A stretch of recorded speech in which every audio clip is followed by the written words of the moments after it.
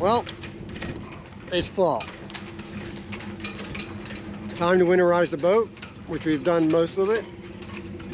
We'll be winterizing the engine, but we couldn't do that today because today was the day that Vesper had its mast pulled. Vesper is a boat built in 1987, and by all conclusions, according to the rigger, a lot of the mast hardware was original to the boat. So it was time to bring it down. And on today's episode of Sailing Vesper, you'll see how that's done.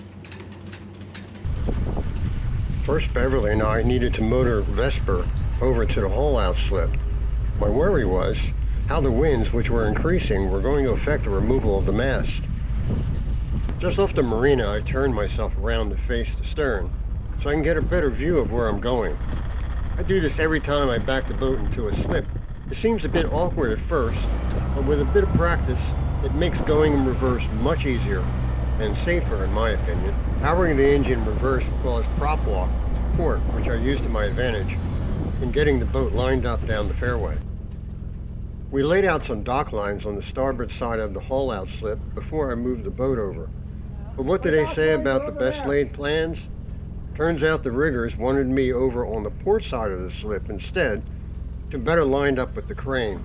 All right. Oh well. Move the lines. I have no lines right now. Those are your lines over there? Those red ones are mine. You might want to get them.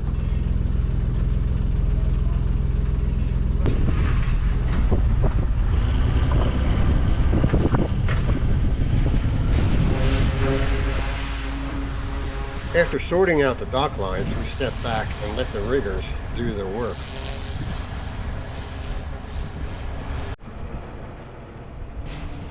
First, one of them got a lift up the mast to hook up the sling. He has another line attached to his bosun's chair, so he can be let down safely after the sling is secured. Then all the standing rigging, the backstay and jib furler needed to be disconnected. Both sails and the boom were already removed back in our slip before we moved the boat. This was the scary part. Just as they were starting to slowly lift the mast out, the wind decided to gust up. I was told later that they added 2 more people to the crew because of the wind. 3 on the deck, 1 in the crane, 1 below deck guiding the mast out. Once the mast was out, it looked so much longer and spindlier than it usually does, almost to the point where you think it might just fold itself in half at any moment where the sling is attached.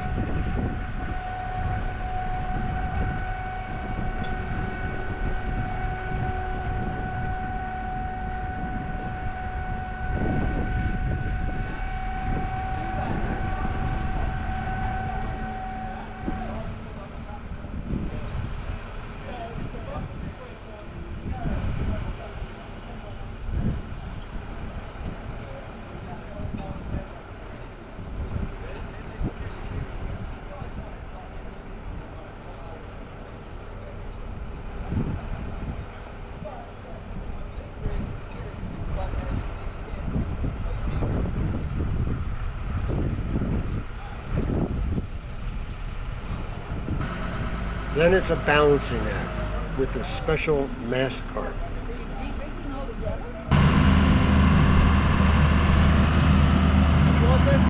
You want this?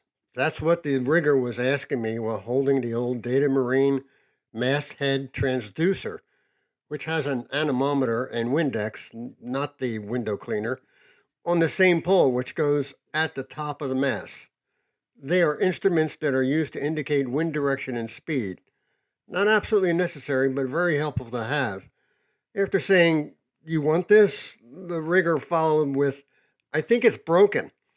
The connector at the end of the masthead transducer fell apart in their hands. You would too if you just spent 35 years on top of a mast. Oh, and I forgot to mention that the Data Marine went out of business a long time ago. So the masthead transducer and the gauge at the helm of the boat would both have to be replaced along with the cable that runs down the mast. But that's for another episode.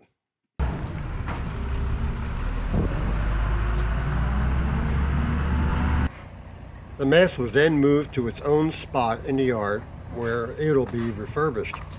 A new mast head transducer, as I mentioned, anchor light, radio antenna, wiring, sheaves, boots for the spreaders, some corrosion repair, and much more, I'm sure.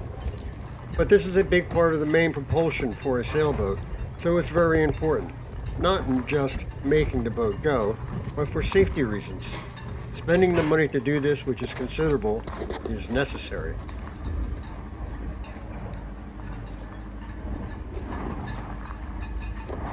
We later took Vesper back to her slip, where she looked more like a powerboat now. Watch for more on our mast refit, and thanks for watching.